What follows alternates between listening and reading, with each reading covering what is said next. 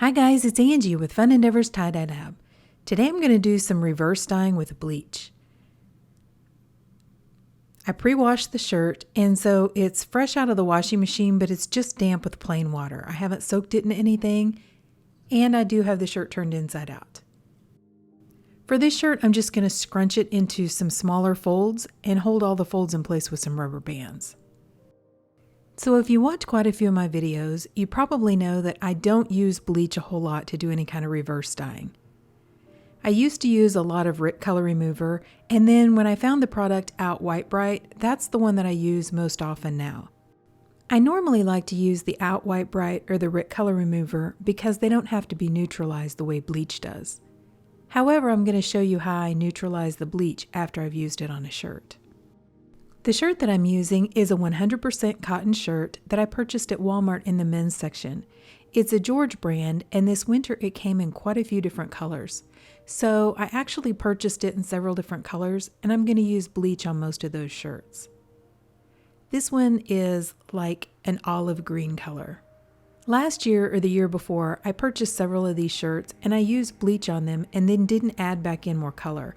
I liked the color that was formed after just removing part of the color with the bleach, so I thought I would try that again this year with some of the newer colors. After I tied the shirt, I went ahead and started the bleaching process immediately. I didn't allow the shirt to fully dry out. It is just barely damp though. The bleach that I'm going to use on this shirt is a no splash formula, so it's a little bit thicker than just normal traditional bleach. I'm going to place the bleach inside of one of my dye bottles, and then I want to dilute it down just a little bit. I added a little bit more than half of the bottle full of bleach and then went ahead and filled it up the rest of the way with water. You can go ahead and use straight bleach on the shirt, you just have to watch and not leave it too long if your bleach is too concentrated. Then I put the lid on my dye bottle and I shook it to make sure I got the water and the bleach well blended. Before I begin bleaching the shirt, I want to go ahead and make up my neutralizing solution. I'm using hydrogen peroxide and I'm using a 3% solution. I purchased this at my local drugstore. I actually think I bought this bottle at Walmart.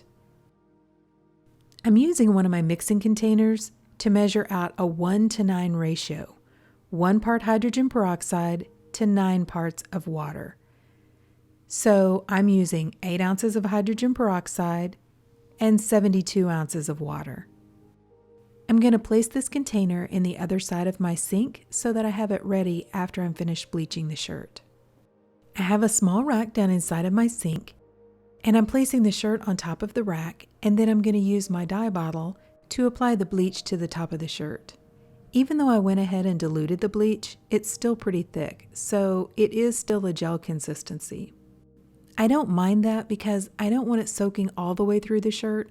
I do want to have a pattern on the shirt. So since it's a little thicker, it's not going to just soak all the way through and bleach out the entire shirt.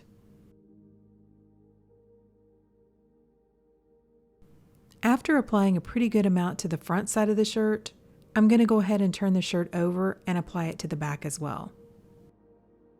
After I added bleach to the back side of the shirt, I just left it alone for probably about 4 or 5 minutes to allow the bleach to soak in and remove part of the color. I personally don't like to leave the bleach on a shirt for very long, especially a shirt like this. This shirt, even though it is cotton, it's not really thick, so I don't want it to damage the fabric and cause holes in the shirt. At the end of 4 or 5 minutes, I could see that it had lightened the shirt some, so I went ahead and untied the shirt and rinsed it in cold water. I want to rinse out just a little bit of the bleach before I put it into my neutralizing solution. Now I'm going to place the shirt into the hydrogen peroxide solution and allow it to sit for probably about 15 or 20 minutes at least. I came back periodically and moved it around in the solution just to make sure every area of the shirt got coated.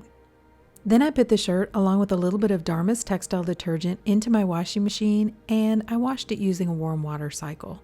And this is what it looks like. Okay, so what do you guys think? I think this one turned out looking interesting. Since not a whole lot of the gel soaked into the shirt, it pretty much just sat on the top and it made spots, which I think gives the shirt a very interesting look. Kind of like a spotted frog, or I think it kind of has a camouflage feel to it. I don't know, I think it looks pretty cool myself. There are some areas that are darker than others, which is really cool. And then there are areas that are a lighter green with kind of a yellow portion around them.